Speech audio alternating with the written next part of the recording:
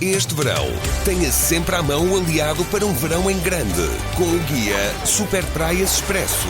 Descubra as melhores praias de Portugal, com recomendações do Boa Cama, Boa Mesa, para os melhores sítios onde dormir e comer nas proximidades. Super Praias Expresso, grátis com o jornal, já nas bancas, com o apoio Alentejo Caiado de Fresco. Expresso, liberdade para pensar.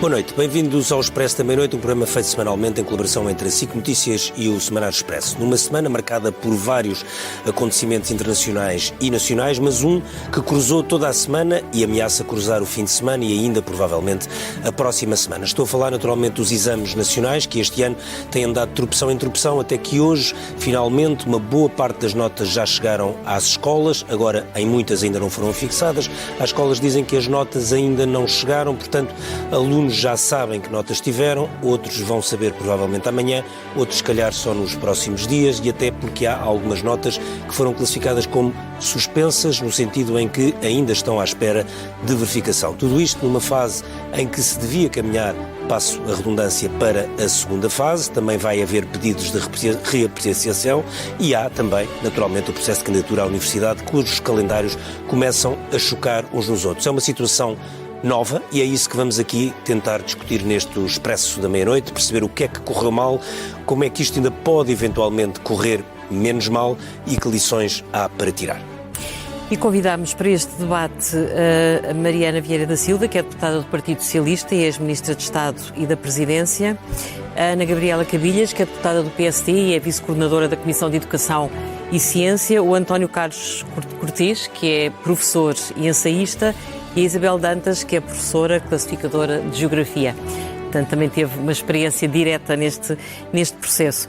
Ana Gabriela Cabilhas, eu começava por si. Neste momento, acho que uma das coisas mais chocantes neste princípio de noite é haver exames que aparecem sem nota e com a declaração de nota suspensa. Portanto, isto está instalada uma situação de desigualdade entre os alunos, não é? Antes de mais, muito boa noite, cumprimentá-los é quem nos está também a acompanhar a partir de casa.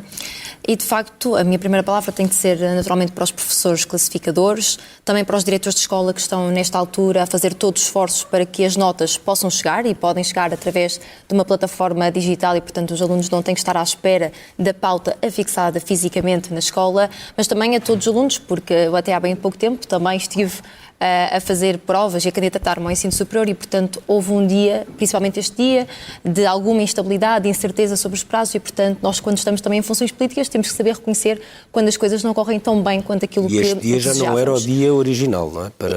Mas estamos a falar de um prazo, portanto, apenas de 3 dias e que não impacta quer o calendário de acesso ao ensino superior e, portanto, creio que, acima de tudo, o grande princípio foi salvaguardar o rigor nas avaliações. O Sr. Ministro disse isso desde o primeiro dia e creio que isso é cumprido. Estava-me a falar sobre as notas que estão suspensas e, portanto, ao que sabemos é um número muito reduzido, segundo as palavras do Sr. Ministro.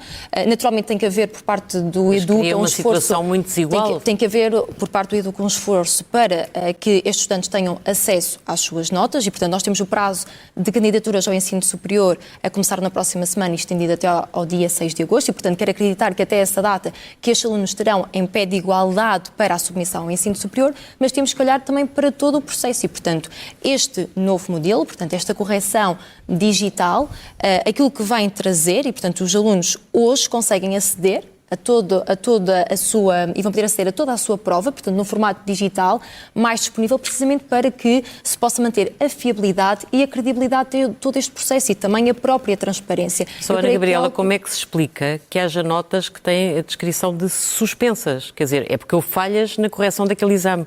Não foi possível corrigir o exame todo. Ou seja, há falhas que continuam por resolver.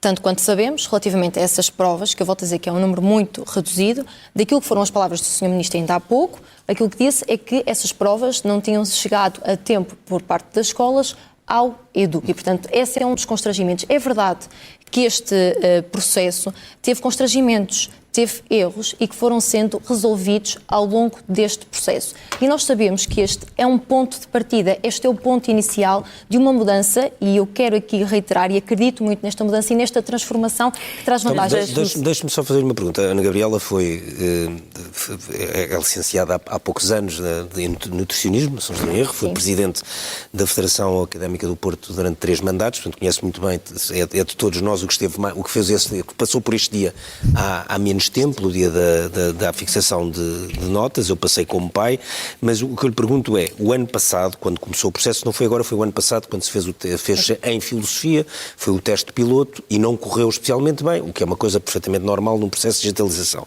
O que deixa normalmente as pessoas, ou pelo menos a mim um bocadinho mais estupefacto, é como é que se passou de uma prova para todas e não se fez um passo intermédio de se alargar a 6 ou 7 disciplinas antes de se passar a todas, porque é normal que haja incongruências, e é isso que eu fico, numa questão que é tão determinante, num dia tão importante para os alunos, para os pais, para os professores, para toda a comunidade escolar, se este salto não foi aqui um salto de fé. Isso é ótimo ter-me feito essa questão, até para recuperar os motivos pelos quais eu também estou a exercer funções políticas, porque eu acredito num país com mais otimismo, eu acredito num país que se consegue reformar, eu acredito num país que tem outra forma de encarar o futuro, e foi precisamente isso que eu não vi ao longo dos últimos anos. Nós falamos de um processo, mas temos que puxar a fita atrás, porque nós temos décadas de atraso, anos de atraso, de outros países que iniciaram um processo não apenas de correção digital, mas também de provas digitais. Portanto, nós temos anos de atraso, estamos hoje a recuperar o tempo perdido face a outros países, Estónia, Inglaterra, a Dinamarca, a Noruega,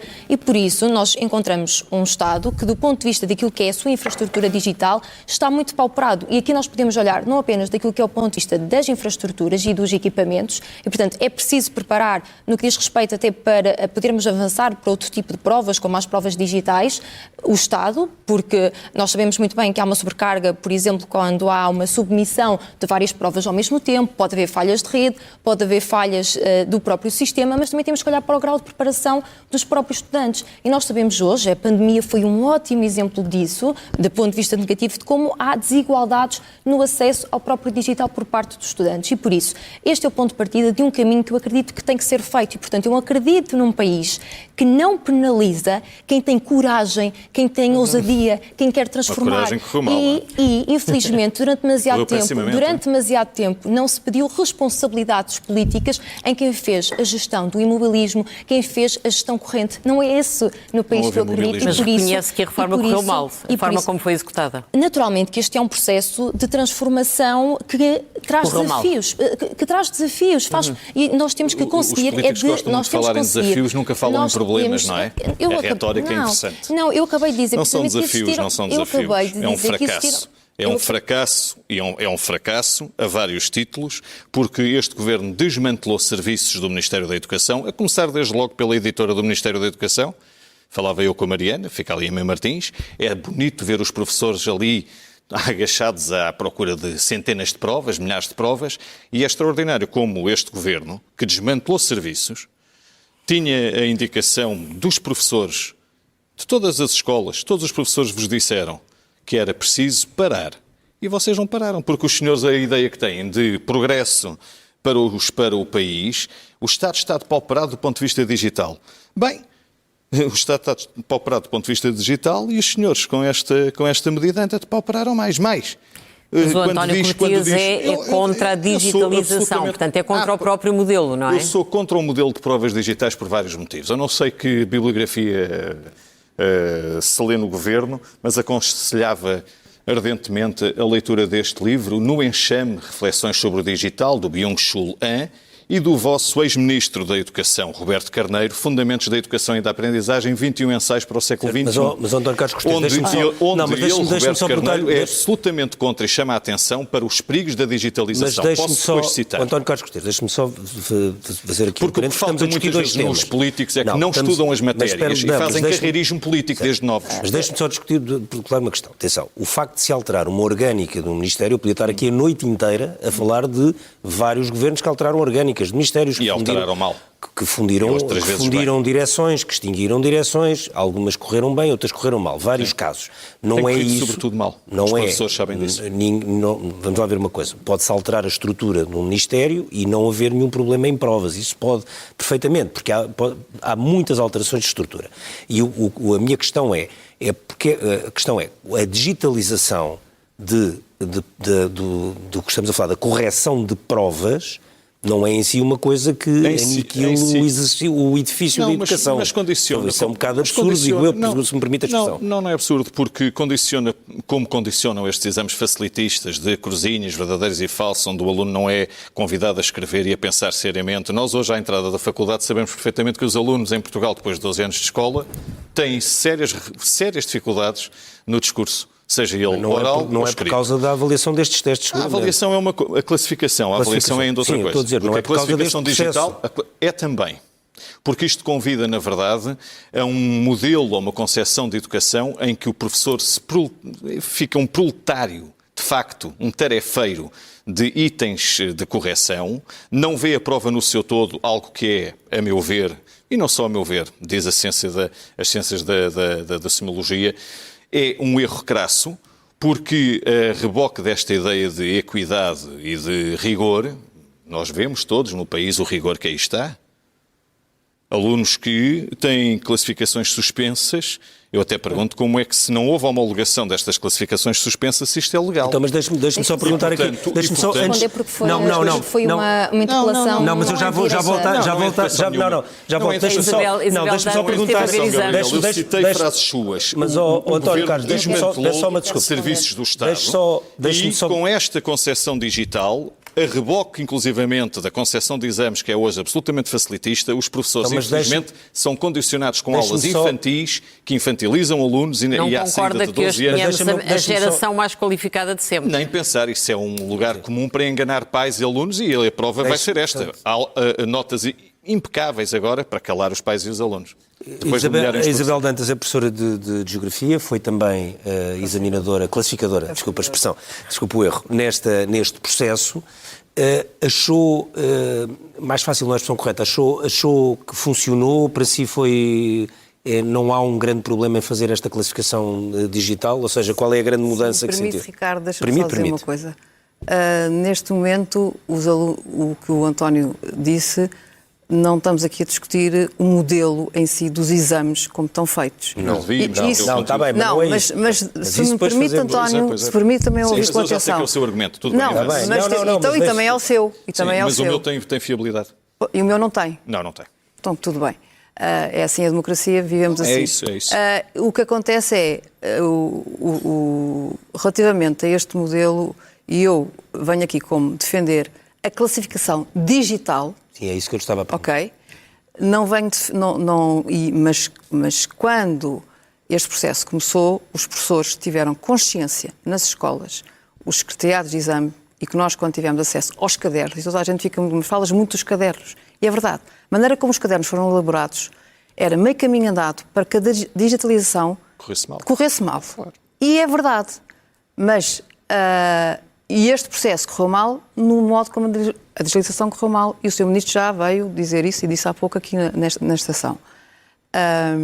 Mas o Ministro também disse uma coisa. O Ministro disse que no Ministério da Educação há resistências à mudança. E este tem sido uma constante no discurso do Ministro e do Primeiro-Ministro e de pessoas do PSD nos últimos dias, dando um bocadinho a ideia de que houve pedras que foram postas na engrenagem. Quer dizer, para além dos erros tecnológicos, a ideia que tem passado é que houve pessoas que tentaram boicotar isto, pelo menos na reta final. O Ministro dizia aqui na entrevista que há bocado deu à SIC que é estranho que na terça-feira houvesse 98% de provas vistas e nos últimos dias isto tivesse passado a um passo de caracol em que parece que nada andava. Não é nada estranho. A Isabel tem essa sensação do que conhece do Ministério da Educação, do que conhece do Educa, do que conhece eu não conheço do nada, Júri que eu sou Nacional. professora da escola, eu sou professora do Liceu de São João de Estoril, da Escola Secundária de São João de Estoril, antigo Liceu de São João de Estoril, e, portanto, eu não conheço nada, zero, não conheço nada. Portanto, eu não lhe consigo responder a isso. E na classe dos professores há assim tantas resistências quando foi falado nestes últimos dias? À mudança?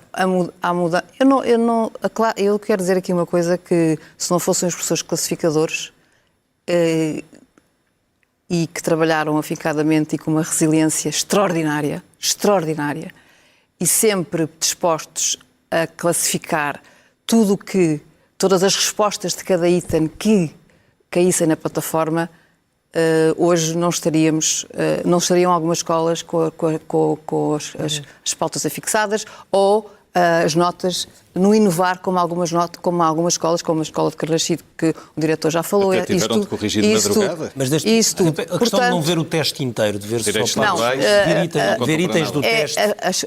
Isso para mim foi uma vantagem. Ou seja, foi uma vantagem. É mais fácil? Não é mais fácil, ganha-se na coerência da classificação e é mais justo. Ou seja, vendo o resto sem ver o todo? Não vendo o exame todo? Não vendo. A classificação externa é objetiva.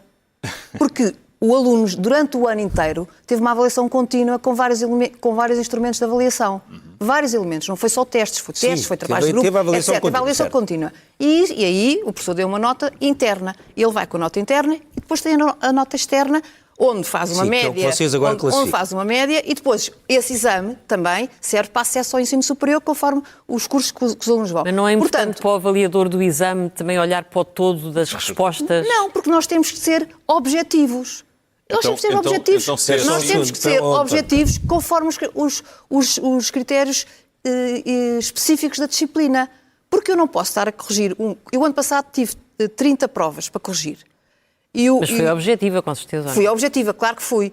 Mas nós não podemos ver, este aluno é muito bom. Nós temos essa percepção. Mas o aluno aqui, não respondeu bem a esta pergunta. Mas respondeu aqui a esta, e até nesta está a responder a esta. Eu, enquanto professora, e quando estou a corrigir um teste, ou estou a corrigir um trabalho, eu posso até dizer, pronto, aqui... Mas no exame... Deixa falar, no exame, eu tenho que ser objetiva. Tenho que ter esta objetiva. Tem que ser bastante objetiva. E, sendo assim, eu estou com 140 respostas daquele item, ou 2 itens, foi o que mais ou menos as pessoas tiveram, e eu sou objetiva, coerente na minha classificação. Ok? E, portanto, o que é que nós, professores, e acreditem, eu não estou aqui a falar por mim, que achei positivo na classificação na plataforma, é uma mais-valia, mas sei que grande parte dos professores, e já sei, nas redes sociais, vamos dizer quem é que é esta para dizer isto, as pessoas gostaram do tipo de plataforma que na classificação digital. Agora, todo este processo foi uma confusão. Todo este processo correu mal.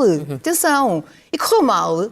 E se as pessoas, eu falo dos cadernos, olhando para os cadernos como estavam elaborados, então os miúdos tinham que faziam aqui o item. E depois, chegavam ao fim, tinham que ir para outra página, para a folha de continuação. Mas isto só quem não vê é que não pensa que isto iria dar confusão. Mariana, o Partido Socialista julgo que concorda com o modelo no sentido da digitalização. Foi um governo do PS que lançou, aliás, esta alteração na forma de corrigir os exames nacionais. Portanto, na sua opinião, o que falhou foi apenas a execução. Apenas a execução é que é um conceito que eu não compreendo, confesso. Eu queria começar por dizer que há muitas coisas que foram ditas hoje que são falsas. Porque o Ministro da Educação de manhã disse que todas as provas estão corrigidas. Ora, se todas as provas estivessem corrigidas, não tínhamos estado até às 8 da noite à espera que elas chegassem às escolas, e 2, não tínhamos um número indeterminado de suspensos, porque só pelas poucas escolas que eu já vi nas notícias antes de entrar aqui, tenho muitas dúvidas que vamos chegar a número de ordem das centenas. Quer dizer, qualquer número pode ser posto em centenas, portanto, não é provável que seja mais. Mas entre os exames estarem corrigidos e as notas chegarem às escolas, se calhar são necessárias umas horas, ou não? A verdade, a questão não é essa. A questão é que faltam provas. Porque as suspensos, e nós temos que ter consciência que estamos a falar para muitas famílias, algumas já conseguiram, ao ir às escolas, que estão abertas até esta hora, depois dos professores estarem lá desde as 8 da manhã à espera das provas, alguns já conseguiram ver e à frente do nome do seu filho está escrito suspenso. Ora, o Ministro esteve sentado numa entrevista à SIC e em vez de ter passado o tempo a explicar o que é que ia acontecer a estes jovens que têm suspenso em frente ao seu nome, o que é que fez? Ameaçou os diretores. que não publicassem as coisas até ao fim do dia. E porquê é que nós temos todas as razões para não confiar nestes números que o Sr. Ministro da Educação diz? Porque há poucos dias o Sr. Ministro da Educação dizia que não havia falta de folhas de continuação, que esse era um problema que não existia, para poucos dias depois ele próprio estar no armazém à procura, ou com o seu gabinete à procura de folhas de continuação. Portanto, a quantidade de coisas que já foram verdade para 3 dias depois serem mentira é tão grande, desde o início deste processo, que normalmente acredito naquilo que os governos dizem e que os responsáveis políticos dizem, é isso que é a minha experiência e aquilo que eu acho que nós devemos fazer. Aqui eu acho que nós temos muitas razões para não acreditar. O Sr. Ministro da Educação hoje tinha 2 caminhos. Ou defendia a equidade, a justiça e o rigor, ou salvava-se a si próprio. E salvou-se a si próprio em detrimento da equidade e do rigor. Mas acha que o rigor na correção dos exames está em causa? Não é na correção, mas se nós não sabemos, se nós sabemos que há um número que ainda não... Algumas centenas é sempre, quando alguém diz assim, já sabe mais ou menos para onde é que a coisa vai. Que aparece em suspenso, significa que naqueles casos houve razões muito graves para não se considerar fiável. O Primeiro-Ministro ontem também usou esse argumento que estávamos a desconfiar dos professores. Ninguém está a desconfiar dos professores. O que estamos a desconfiar é se os professores receberam ou não todas as folhas de continuação. E, portanto, eu acho que têm sido ditas demasiadas coisas... Na sua opinião, isto foi mal executado, porque não se podia ter alargado isto ao universo global dos exames de um ano para o outro. Eu não sei se alguém já foi entrevistar o Presidente do Júri Nacional de Exames que fez o piloto da prova de filosofia e que a seguir não ficou. Mas acho que, se calhar, é uma entrevista bastante útil para ser feita. Porque é preciso saber o que é que tinha sido indiciado aí depois. Essas provas não tiveram este sistema de digitalização.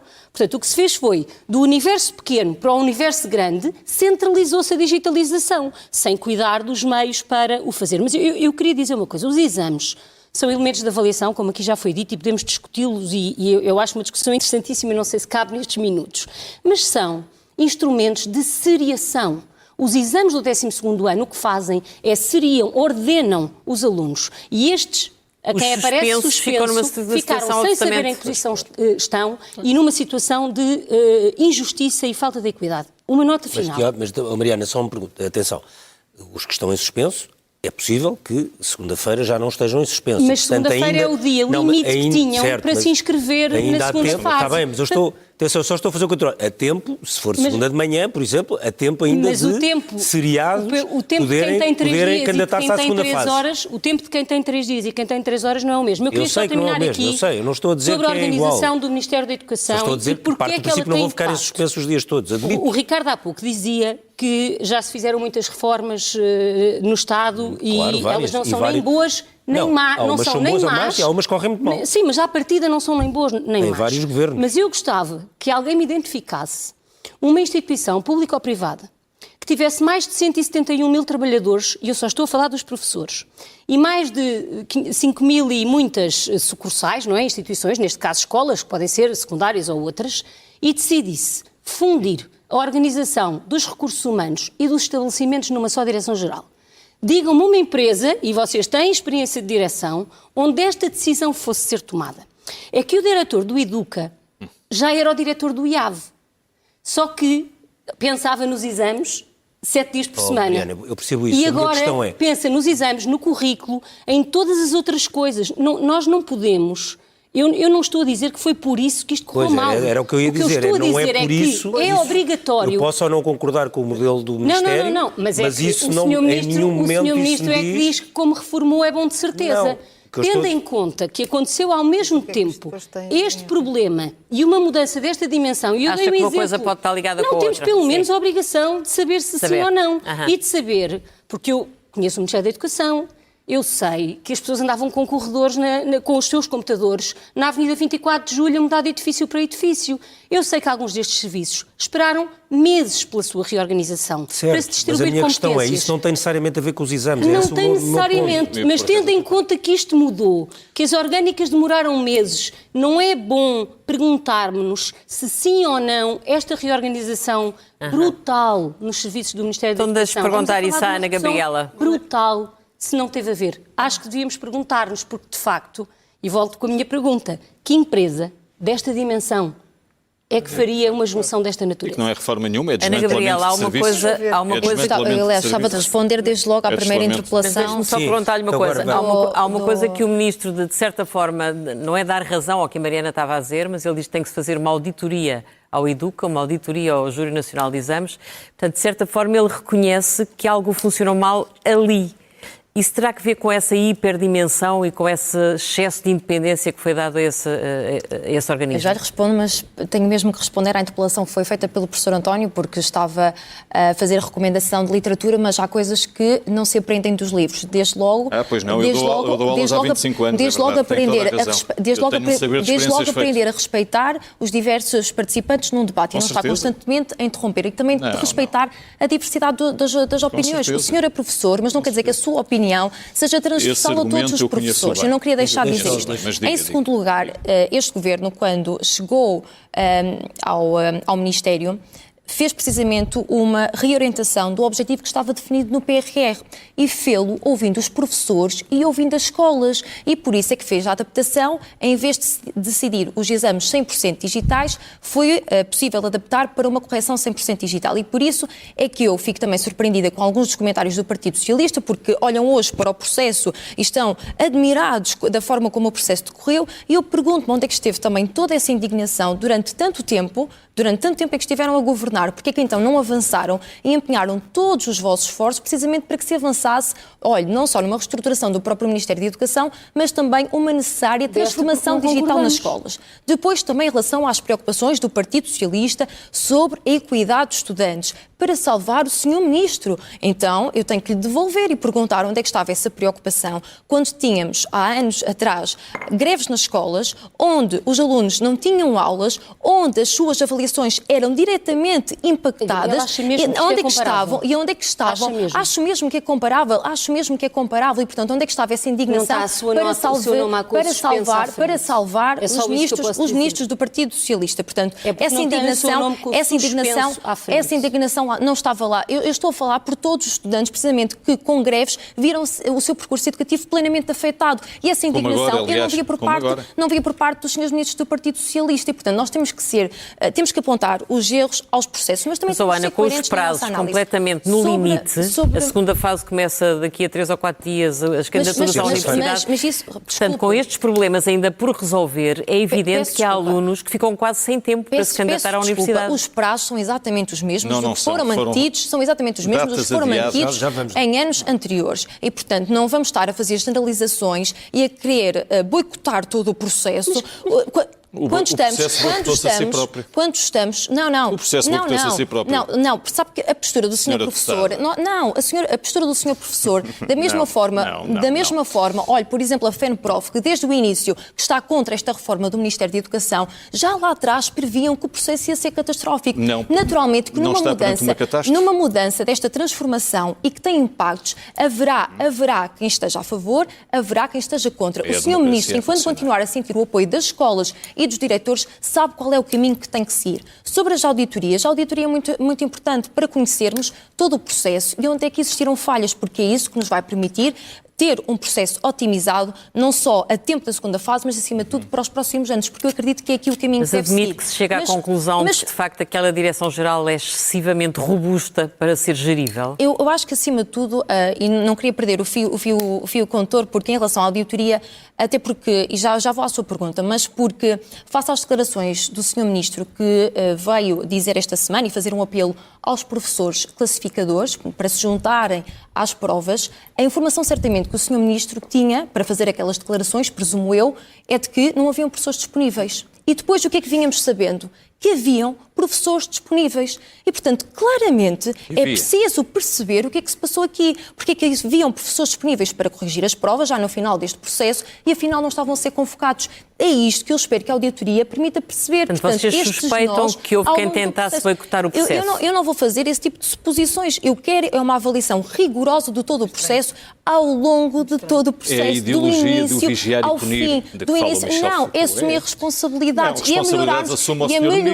E a melhorarmos e a sua equipa, porque inclusivamente, como sabe, o que depois se fez foi contratualizar serviços de empresas privadas. E disto ninguém fala. Aí está a sua visão, tendenciosa. E para responder, só mesmo para terminar... Eu defendo uma educação com cultura. Só mesmo para terminar, porque não queria deixar de responder à pergunta.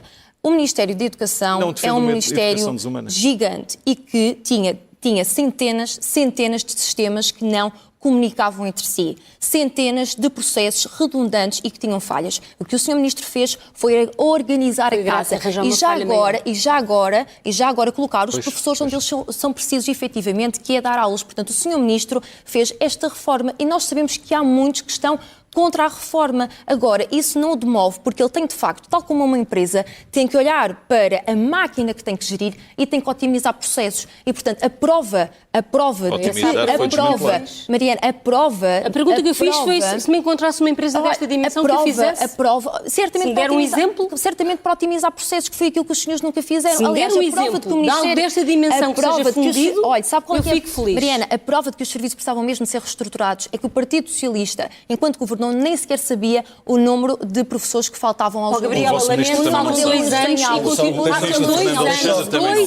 continuam sem saber. O Ministro também não sabe. Continuam sem saber. Isso que está a dizer é mentira. O Ministro também não sabe. Vai saber, mas vai saber. Um dia vai saber. Não, é porque está precisamente a iniciar a reforma. O Ministro também não sabe. Vai saber, diz a Ministério, eu não quero. Não tem dúvidas que vai Exames e das notas, que é o que interessa. Sobre não haver professores classificadores, quando eu pelo menos e os professores ficámos muito admirados, 11.500 professores classificadores, e perguntámos como é que é possível. Os professores não estão de férias, nós não estamos de férias, estávamos em casa, estávamos à espera, todos nós estávamos disponíveis para classificar as respostas dos itens que diziam, e ficámos todos admirados com o que estava a passar. E, portanto, se calhar, nós, professores classificadores, gostávamos muito de ser esclarecidos o que é que se estava a passar. E queremos mesmo saber o que é que se passou. Porque havia uma ideia de que havia falhas, não é? Não. Como é que era possível ouvir ontem de manhã e o apelo que o Ministro que fez aos professores classificadores? Por favor, depois de ter acusado os professores. Porque vocês estavam todos... Depois de ter acusado os professores. Depois de ter acusado os professores. Com muitos professores que dizem que não chegaram nunca a receber os itens. Eu acho que é isso. Não, exatamente. E isso disse. Como é que é possível? Está organizado por os juros nacionais de exames. O meu é de Miraflores. Eu tive colegas ontem a telefonar. Olha, eu estou disponível, é preciso? Não. Esta disciplina está fechada, Depois chegámos à conclusão que haviam aqui 3 disciplinas, como o Ministro disse que havia problemas. Mas como é que é possível, em 11.500 professores classificadores, não estamos de férias, estávamos todos operacionais, e ouvir uma coisa destas, ficámos todos admiradíssimos. Foi há mais de um mês. Admiradíssimos, portanto, gostávamos de ser esclarecidos relativamente a isto. E Isabel, acha que é possível manter os prazos das candidaturas à universidade e a segunda fase? Olha, é porque isto houve um atropelo de prazos, que agora dá a impressão que está tudo colado. Aqui, assim, as pautas eram para ser entregues, fixadas dia 14. E a segunda fase começava hoje, dia 17. Hoje começavam os exames da segunda fase. Portanto, foi adiado para hoje. O exame português foi a 16 do mesmo segunda fase. Também só acabar o raciocínio. O que é que isso interessa, António? António está sempre a interromper. Não. E então, o que é que acontece? 14, portanto, foi... E começava hoje a segunda fase. Portanto, começa na terça. Começa na terça. Isto... Dia 21. Dia 21. Agora, há aqui um pormenor que eu não sei se alguém pensou, e eu, se calhar, como professora, e sei que há alunos nesta situação, é o seguinte. Os alunos que não foram à primeira fase porque estavam com o atestado médico vão utilizar o exame, e eu lembro, de português da segunda fase. E agora há aqui uma coisa que o Sr. Ministro disse que não ia adiar os prazos do acesso ao ensino superior da primeira fase. O que é que acontece? Acontece que o prazo acaba dia 6 de agosto. Porquê? Porque a segunda fase era afixada no dia 5 de agosto. Sim. E agora vai ser afixada no dia 7 de agosto. Há aqui uma decalagem. Atenção a isto. Já há universidades privadas que já estão a dilatar o prazo. Isso pode criar, mas isto pode criar um problema. Atenção a isto. Eu sei de alunos, eu digo miúdos porque, pronto, sou efetivo. Eu sei de alunos... Convém não infantilizar. Não, porque não? Está bem, deixa lá faturar o raciocínio. Estudantes, alunos. Os miúdos. Eu sei de pais que estão angustiados com isto e já contataram os diretores de turma da escola No fundo, o que está a dizer é que, no fundo, as notas da segunda fase saem já depois da candidatura. Saem dia 7, era dia 5, a candidatura acaba dia 6 e isto tem que ser pensado. Não foi dilatado, mas isto é um pequenino pormenor, mas grande para quem está nesta situação. E há alunos, se calhar é uma porcentagem mínima... Podem tentar encurtar o prazo de classificação dos exames, é isso? Não, podem, mas em vez de ser dia 6... Arranjar aqui uma solução. Vai ser arranjada uma solução, com certeza, mas isto tem que ser alertado. É um pormenor, pronto, como professora da escola, não é? Portanto, a pessoa não é um pormenor tão pequeno assim, não é assim pode tão criar pequeno uma situação de desigualdade. Porque eu sei que há encarregados de educação que já tentaram contatar com determinados organismos e não têm tido resposta, é só por isso. Mariana, o líder do Partido Socialista deu há bocado aqui uma entrevista à SIC Notícias e diz que o PS não bloqueará uma comissão parlamentar de inquérito ao caos nos exames. Isto significa que vocês consideram que vale a pena uma comissão de inquérito para estar a escarafunchar tudo o que se passou ou não passou? Não gosto muito da palavra escarafunchar. Isto significa que o Ministro da Educação vai ao Parlamento na próxima semana ainda, à Comissão de Educação. Há perguntas para fazer e respostas para dar.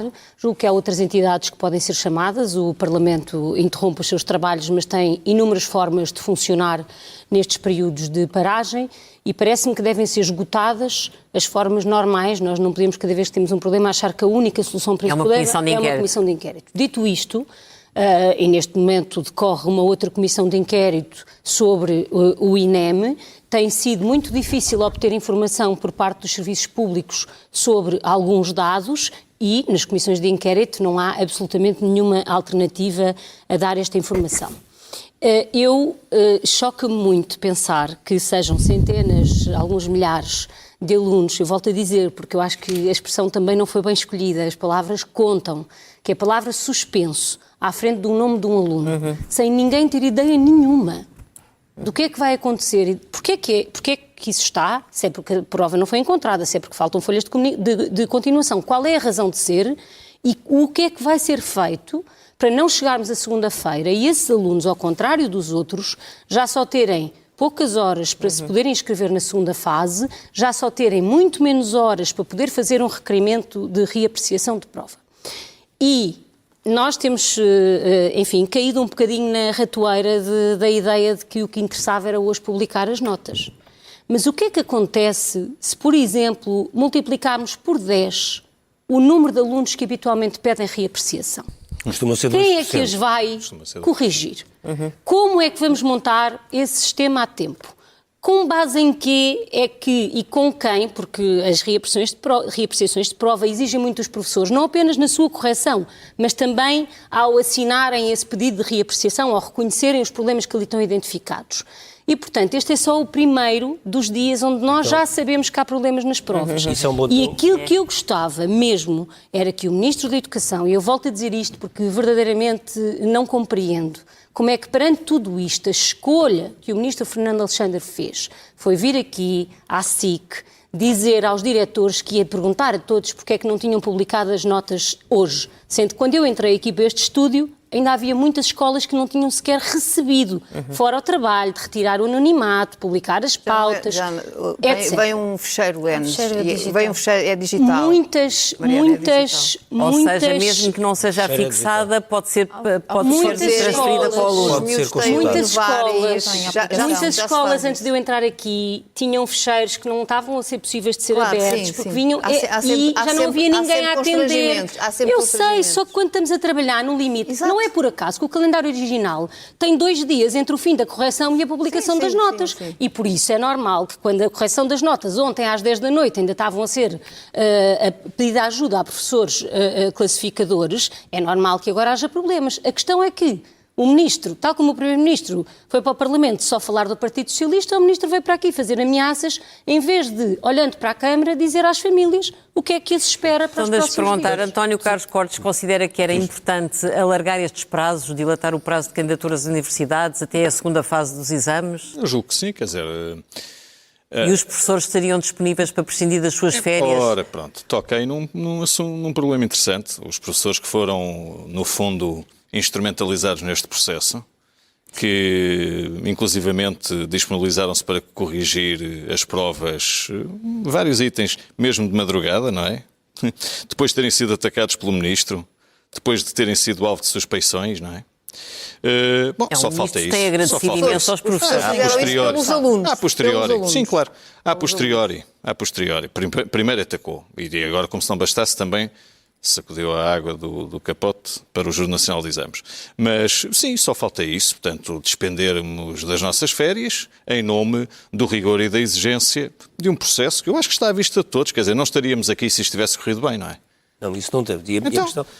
Portanto, não estaríamos aqui se esta digitalização provinciana não existisse. Porque querer fazer coisas em um ano, depois de provas de filosofia o ano passado que correram mal, querer acelerar processos, desmantelando o Ministério da Educação e não tendo em conta boas práticas, já que gostam tanto da digitalização, ver, por exemplo, que em Inglaterra este processo demorou pelo menos 15 anos. Tudo isto, enfim, é risível. É ao mesmo tempo extremamente... É até vergonhoso nós olharmos para as escolas a esta hora e haver pais e alunos, perdoa-se uma expressão, o plebeísmo, tudo ao molho a ver as pautas. É um espetáculo degradante. É um espetáculo degradante. Desculpa, estava muita gente na escola. Gabriel, as imagens valem mais que mil palavras. Peço desculpa. Uma imagem vale mais que 1000 palavras. Eu confesso, acho degradante, acho mesmo triste, é uma péssima... E é um sintoma de que o sistema educativo, pensado numa lógica meramente instrumental, meramente funcional, convidando os professores a serem classificadores, não é? O Bernardo Soares tem um texto muito interessante sobre o que é que são os classificadores, convido a ler, é uma sátira extraordinária. Não, António, a sua aversão à digitalização também não é querer parar o vento com as mãos. Não é aversão nenhuma. Os alunos hoje em dia estão absolutamente vinculados aos... Ora, aí está, os alunos vivem vinculados aos telemóveis, ao digital, e veja... Uma coisa não tem nada a ver com a outra. Não, mas é quando... Até certo ponto tem, Ricardo. Não, porque é uma digitalização de uma classificação, não tem a ver. Não, tem, porque na verdade convida... Não, Cortês. Convida, na verdade, a uma concepção do professor que, na minha ótica, na verdade, precariza ainda mais o estatuto simbólico do professor. É disto que também temos que falar. Porque os professores corrigiram centenas de itens. Depois o Ministro vem à última da hora pedir ainda mais colaboração dos professores, novos itens. Essa não concordo. E, portanto, mas não é uma questão de concordar. A digitalização da medicina não precariza os médicos. Mas aqui precariza, sabe porquê? Porque, inclusivamente, estamos a mexer até com questões de direito ao trabalho. Porque está bem, mas eu não estou agora a discutir isso. Ricardo, como sabe tão bem quanto eu, as coisas andam todas ligadas e nós não podemos pensar em educação por secções. Não, é que se costuma dizer isso. Não, andam todas ligadas. Isto anda tudo ligado, é um título de poesia do Eduardo Guerra Carneiro. Só perguntar uma coisa à Ana Gabriel. Deixa-me só fazer aquela pergunta que é... Não, mas é que é na sequência do que disse... Precariza sim, nós tivemos horas e horas a fio a trabalhar. Só falta roubarem-nos o mês de agosto. Deram aqui alguns exemplos. O tema de poder ainda haver estas datas que ficam umas em cima das outras, que podem prejudicar o... foram fazer a segunda fase como o exame é da primeira. O facto de os alunos poderem vir a saber as suas notas reais, finais, quando já não podem ou já estão numa situação difícil de fazer candidaturas, e a questão é, e depois o outro tema de poder haver muito mais pessoas, teoricamente estamos a fazer uma especulação, a pedir reapreciação de prova, que normalmente são 2%, e neste momento há de facto muitos diretores de escolas e muitas pessoas a dizer que têm a ideia que vai haver muito mais pedidos para reapreciar as provas. A questão é, este caso, esta sessão mesmo, que agora chega a segunda-feira e esteja tudo já segunda-feira de manhã direto, a questão é, ainda temos aqui uma série de obstáculos complexos para garantir equidade e igualdade no processo de candidatura à faculdade. Relativamente à reapreciação de prova, os alunos, precisamente para assegurar este processo de transparência e de fiabilidade, terão acesso às provas digital e, portanto, vão conseguir, com base nos critérios de classificação e sabendo aquilo que fizeram, poder constatar se estão satisfeitos ou se acham justo a correção que lhes foi feita. E só a partir daí os pedidos de reapreciação. E, portanto, os alunos estarão no uso do seu direito. E eu estou certa, porque tenho uma visão muito positiva dos professores e dos diretores de escola, que estarão, tal como estiveram até agora, servidores dos estudantes e a principal preocupação é em satisfazer as necessidades dos estudantes. Mas também não posso deixar de referir, uma vez que o Sr. Professor tanto falou do ataque que este Ministro fez aos professores. Veja lá o ataque que este Ministro fez. É um Ministro que devolveu integralmente o tempo de serviço aos professores. argumento. Isso é um argumento. Não, é a cenoura à frente do burro. É factual, mas factual. Olha, factual é nós estarmos com este espetáculo degradante. É muito difícil, porque está sempre a interromper. Não estou sempre a interromper. Retórica política eu sei bem, limpada a António Vieira. Isabel Dantas. Portanto, a Isabel acha que os professores não se esquecem de como o governo do PS não lhes pagou aquilo que eles queriam. É isso. E por isso é que o Ministro atacou os professores. Só em casa não nós fomos atacados. António, senão não se consegue ouvir em casa. Estamos a falar de um Ministro que conseguiu trazer mais de 6 mil professores para a escola pública. Acha que isto foi um ataque? Acha que os professores não confiam nas políticas do Sr. Ministro? Vamos ver o novo Estatuto da Carreira Docente e a carreira especial para diretores que voltam a ser a figura do reitor à maneira do Estado Novo nas escolas. Nós depois teremos a oportunidade de debater isso. Este Sr. Ministro certamente não aceita Vamos ver a questão da carreira dos diretores. Vamos dar a palavra à minha colega. Eu sei que lhe custou ouvir, por isso é que está sempre a interromper. Mas esta é a verdade. Esta é a verdade. Então deixe-me só dar uma última pergunta, Isabel. Isabel Dantas, acha que este processo ainda pode acabar bem? Eu espero que este processo acabe bem para bem dos alunos. Sim, é isso que eu estou a perguntar, não é para mais nada. Não, do ponto de vista político. A minha pergunta era mesmo se este processo, ou seja, se podemos chegar ao fim deste processo, enfim, dentro dos problemas que já não se separam. E as escolas estão a fazer. Há duas possibilidades. Eu informei-me, porque como vinha para aqui, ou os alunos tinham que pedir um requerimento, e eu acho que as escolas, algumas estão a optar por darem logo, também tinham autonomia para isso, darem logo o link aos alunos todos. São João de Estoril teve mais de 1.500 alunos a fazer exames. Portanto, se na segunda-feira todos os alunos fossem à secretaria com um papelinho, imagino o que é que seria. Sim. E, portanto, não sei. Bom, em princípio, será isso que será feito e outras escolas aqui da zona. O Ministro hoje disse aqui na SIC que não haverá uma terceira oportunidade de causar uma boa impressão. Ou seja, que se isto correr mal na segunda fase, é verdadeiramente complicado. Os alunos, todos os alunos que saíram dos exames foram ver os critérios de avaliação e sabem o que é que estão à espera nos exames. E, portanto, eles Sabemos que os alunos não são todos iguais nesse momento. E se faltar uma folha e eles não a identificarem, eles não sabem se ela foi classificada ou não. Não há fiabilidade não vale a pena estarmos a dizer que vai ser fácil. Nenhuma. Mas eu só estou... É muito bom porque foi fácil corrigir os itens, pelo amor de Deus. Isso não é todos os alunos que saíram dos exames têm a noção do que é conter. É verdade. Eu falei com alguns no jantar de despedida que nós fazemos. Eu disse, professora, estou à espera de 18.8 a matemática, estou à espera de 16. Não sei o que, todos têm. Se não, ou ver que não têm essa nota, pedem a consulta e eles veem isso. Agora, aqui há uma coisa, que é, eles têm que ter muito, e normalmente por isso é que só há 2%, têm que ter muito cuidado porque tanto pode subir como pode descer. Claro, quando pedem isso, quando pedem para rever a nota, pode cair. Depois, muitas vezes não arriscam. Muitas vezes não arriscam. É devolvido o valor. Muitas vezes não arriscam. É devolvido o valor. Vamos ao Expresso da primeira página do Expresso. Também há a versão digital, mas este caso é em papel. Este é em papel ainda. Este é em papel. A manchete era exatamente sobre este tema. Digital. Os professores avaliaram exames sem certeza de estarem completos. As dúvidas sobre o processo levam professores a sugerir que os alunos peçam a reavaliação. As fotos são do debate do Estado da Nação, com Luís Montenegro a limpar o suor da testa, o Ministro da Educação e o Ministro da Administração Interna. Hoje não falámos dele, mas também tem estado debaixo de fogo. Quando os ministros debaixo de fogo, Fernando Alexandre foi o mais atacado e Luís Neves foi o mais poupado, só foi alvo do Chega. Temos depois uma notícia ainda relacionada com a falta de água em Almada. A água perdida por dia dava para encher 185 piscinas olímpicas. Piscinas, não tanques. E um destaque... foi nadadora. E um destaque para uma entrevista que na revista do Expresso a Margaret Atwood, uma escritora canadiana de 86 anos, que dá uma bela entrevista e onde diz que a felicidade requer interrupções. Já calculávamos. Termina aqui o Expresso da meia-noite. Nós voltamos na próxima semana. Boa noite. E bom fim de semana.